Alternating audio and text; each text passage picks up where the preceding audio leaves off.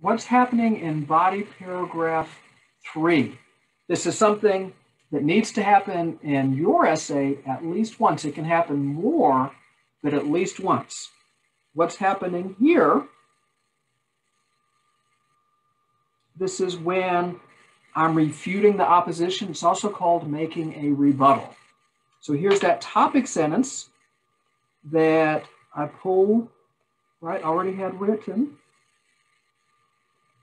Those against deer hunting say other methods control the population. So in other words, everybody knows there's too many deer. Is hunting the only way to control the deer population? No. What do I have to do? I'm going to refute it. However, these simply do not work. Now what do I have to do? Prove it. I made a claim. Now I have to have evidence. For example, when deer were overpopulating the Chicago suburb of Lake County, the herd was trapped and relocated. Sadly, the measures meant to rescue the deer were not effective. What did I have here? There's my author, but what's that?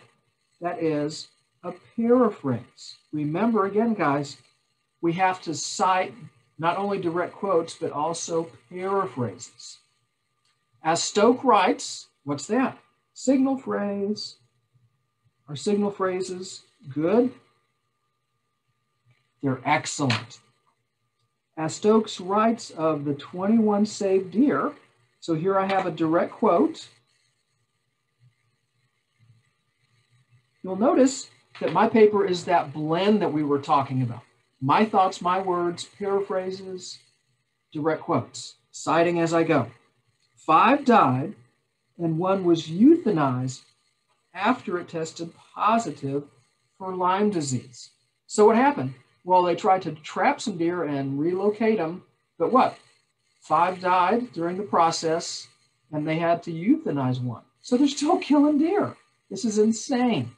In addition to the futility of trapping deer, if one calculates the fees hunters pay, deer hunting is a blessing to local economies. For example, right, so I'm going to pull in some research.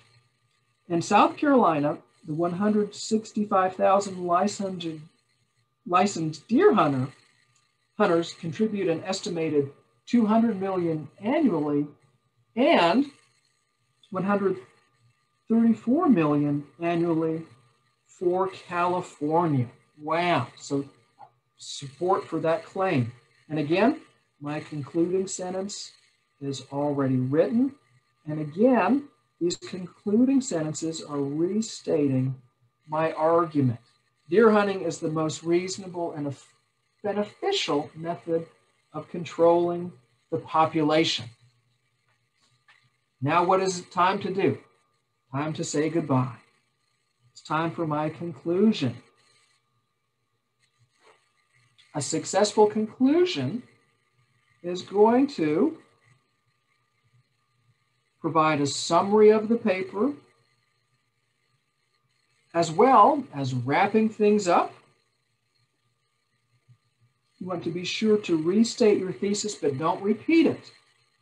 As well, when we're ending something, we want to end. No new ideas, so there's not a sequel coming out. It is interesting, as Bill Stokes writes, look at that. More research, another signal phrase.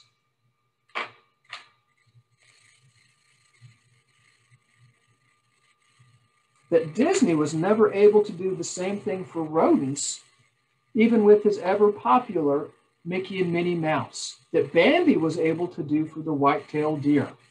When someone sees a mouse, the reaction is deadly for the mouse, even if the mouse is cute. With such evidence as white-tailed deer are destroying millions of dollars of crops each year, the cost of deer vehicle accidents, and the benefits hunters bring to the economy, it is puzzling many oppose deer hunting. So you heard that? I restated my thesis.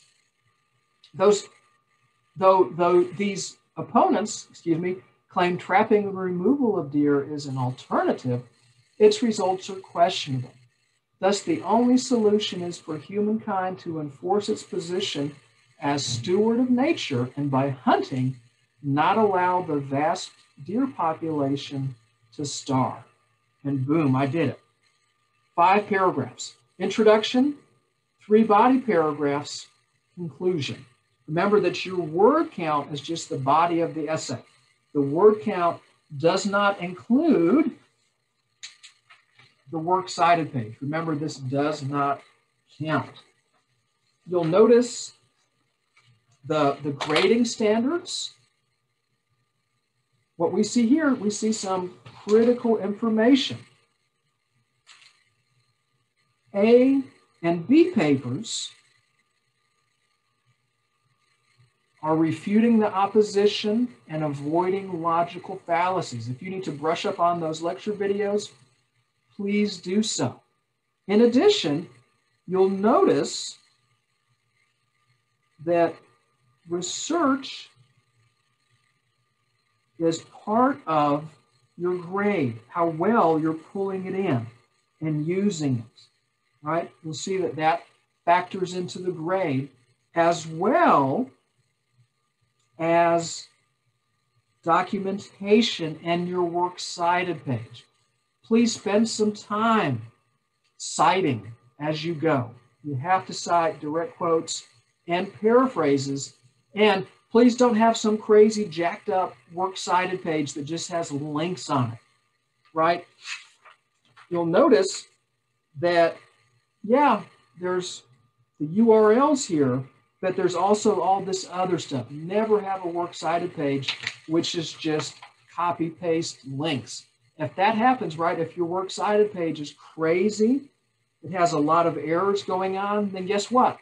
Yeah, that crazy works cited page that you got lazy on just dropped your paper to, yeah, a D. Please spend some time, spend a lot of time pulling this paper together. Wow, I know there's a lot that goes into this, all those steps, all that research, all that writing. You remember that when I was reviewing the paper, I was highlighting. And you might have wondered, why were you highlighting there, Mr. K? Well, to show you something, and this is important to be aware of. The works cited page, right, that's part of it. It has all of those resources that can be found inside the body of the paper. Now, when we take a look at the research essay, you'll notice that every paragraph has what? Research. But not every sentence is research. This is what we talked about, right? This is not new. A blend. We've said this before. Your thoughts, your words, with paraphrases, as well as what? Direct quotes. Citations should be found throughout your paper. This is what a good research essay looks like. It's a blend of your thoughts, your words, with paraphrases and direct quotes, everything pulled together, cited, boom. And then works cited page again does not count towards length. Whew, I know, it's a lot of work. How do I know it's a lot of work? I did it. I did it. And I'm confident that you'll be successful too. So I'm really looking forward to reading everybody's argumentative essays with MLA documentation.